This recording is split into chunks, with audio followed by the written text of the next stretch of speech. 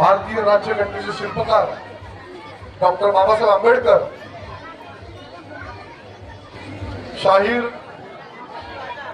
अण्णाभाऊ साठे, ज्या आईच्या प्रांगणात आपण बसलोय ती माझी आई मायक्का देवी, अंबिका माता आणि बाळूमामा यांच्या चरणी नतमस्तक होऊन मी स्वप्नील जावीर या ठिकाणी तुम्ही एवढ्या मोठ्या संख्येने उपस्थित आहात, प्रथम मी तुमचं सर्वांचं स्वागत करतो, आयोजकांचं स्वागत करतो की तुम्हाला इथून पुढे जेव्हा सभा घ्याल तेव्हा हे ग्राउंड पण कमी पडेल असं वाटतंय. असं वाटतंय की हा नगरपालिकेच्या निवडणुकीचा आढावा बैठक नाही तर हा विजयी मेळावा दिसतोय मला.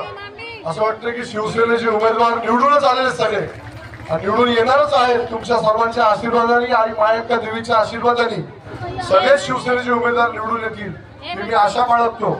आपल्या नगराध्यक्ष पदाचे उमेदवार आपल्या लाडक्या मनीषाताई वाळेकर वहिनी आताच थोड्याच वेळात इथे उपस्थित होणार आहे. आपले लाडके उपनगराध्यक्ष राजेंद्र वाळेकर हे देखील इथे उपस्थित होणार आहे. मी तुम्हाला जास्त काही बोलणार नाही, थोडक्यातच बोलू की इथं जी कामं झालेली आहे राजेंद्र वाळेकर यांच्या मार्फत, माझे मित्र संदीपजी यांच्या मार्फत या कामांना तुम्ही आज न्याय मिळवून आपला माजी नगराध्यक्ष आपल्या ज्या मनीषाताई वाळेकर वहिनी आहे त्यांना भरपूर मतांनी या नगरपालिकेच्या निवडणुकीमध्ये निवडून द्या अशी मी तुम्हाला सर्वांना एक विनंती करतो. आणि येणाऱ्या निवडणुकीत जे नगरसेवक पदाचे उमेदवार तुमच्या इथे उभे राहणार आहेत, एक जेंट्स आणि एक लेडीज, यांना देखील प्रचंड मतांनी तुम्ही निवडून द्या. तुमची कामं ही आतापर्यंत होतच आलेली आहेत. आमच्या वाळेकर फॅमिलीच्या मार्फत आणि शिवसेनेच्या मार्फत ही कामं तर होतच राहतील, परंतु तुम्हाला एक कळकळीची विनंती करतो की चांगला माणूस निवडून द्या. चांगली कामं होण्यासाठी चांगला माणूस निवडून देणं खूप गरजेचं आहे. नाहीतर पुन्हा 5 वर्ष 10 वर्ष वाट बघत बसावी लागतील.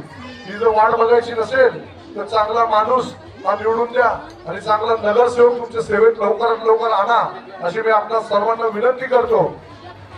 खूप काही बोलत नाही, आमचे वरिष्ठ इथं सगळं बोलणारच आहे.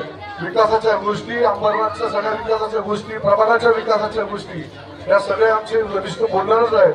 मी तुम्हाला सर्वांना विनंती करतो येणाऱ्या 2 तारखेला आपण जास्तीत जास्त मोठ्या संख्येने शिवसेनेच्या उमेदवारांना मतदान करून निवडून द्या. एवढंच बोलून माझे 2 शब्द संपवतो. जय हिंद, जय महाराष्ट्र, जय भीम.